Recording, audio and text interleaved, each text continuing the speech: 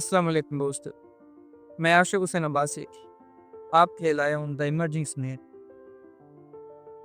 Emerging scenario में हम बात करेंगे इजराइल और ईरान की जंग कहाँ जाके ख़त्म हुई।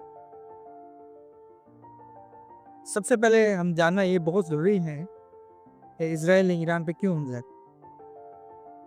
इजराइल कहता है कि ईरानी न्यूक्लियर एनरिचमेंट जो है उसके लिए तब है, यानी ईरान बॉम्ब बनाता है। ये इजराइल आज से नहीं कह रहा, ये इजराइल 90s से है। जब से इस्लामिक रेवोल्यूशनरी गवर्नमेंट ने अपना न्यूक्लियर प्रोग्राम रिवाइज किया, रिन्यू किया, तब से इसराइल यही रात गा रहा है ईरान जो ये पर बॉम्ब बनाने जा रहा है और फिर ईरान ही इसराइल को खत्म कर देगा। इसराइल एग्जिस्टेंशियल थ्रेट है। लेकिन क्या वाकई ऐसा है? इंटरनेशनल एटॉमिक एनर्जी एजेंसी की रिपोर्ट के मुताबिक और अमेरिका की इंटेलिजेंस रिपोर्ट्स में पाते हमें ये पता लग रहा है कि ईरान अभी न्यूक्लियर बॉम्ब नहीं जा, स्पेशली 2015 के बाद जो उसने अमेरिका के साथ ईरान न्यूक्लियर डील इसको कहते हैं या कॉम्प्रिहेंसिव प्लान ऑफ एक्शन कहते हैं, उसके मुताबिक हमें पता लगता है कि ईरान अभी न्यूक्लियर बॉम्ब नहीं जा, ईरान अभी न्यूक्लियर बॉम्ब से कोसा हुआ है।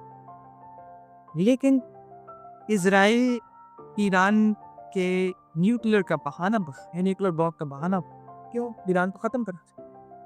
इसकी एक लंबी दास्तान है। ये दास्तान तब शुरू होते जब से इजराइल बना है 1948। इजराइल चूँकि अरबों की ज़मीन पे बनाया गया और यही के तरीके से बनाया गया, आलमी साजिश के तहत बनाया गया। और इजराइल के लिए पहले तो 1979 तक अरब खतरा थी। अरब ममालिक जो उसके पड़ोसी ममालिक हैं, जिस तरह शाम हो गया, जिस तरह इराक हो गया, जिस तरह इजिप्ट हो गया, जॉर्डन हो गया, लेबनान हो गया, ये उसके लिए खतरा थे। लेकिन 1979 में सूरत हाल बदल गई।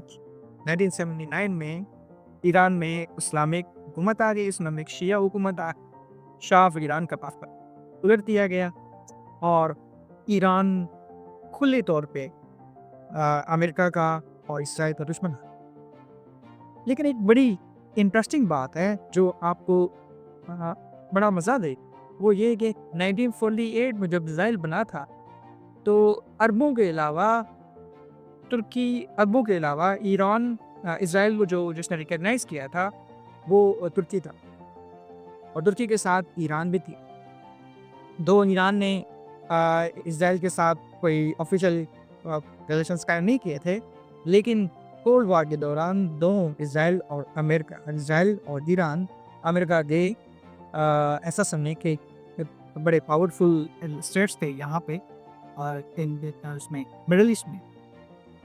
लेकिन जब 1979 में पैराडाइम शिफ्ट आता है कि पॉलिसी तब्दील हो जाती है, ईरान की भी पॉलिसी तब्दील हो गई, ईरान में गवर्नमेंट चेंज हो गई, अमेरिका की पॉलिसी टुवर्ड्स ईरान चेंज हो गई, इजराइल की भी पॉलिसी टुवर्ड्स ईरान चेंज हुई।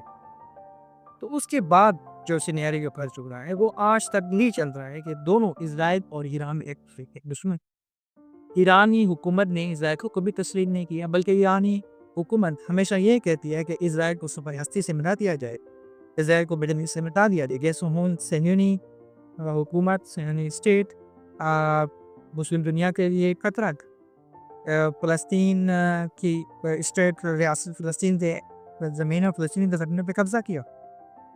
तो असल जो मकसद है ईरान को ख़त्म करने का या ईरान को टारगेट करने का नेतन्याहू का इस जंग के हवाले से वो यही है कि नेतन्याहू चाहता है कि ईरान की जो इस्लामिक हुकूमत है उसको ख़त्म किया जाए, रिजीम चेंज लाई थी।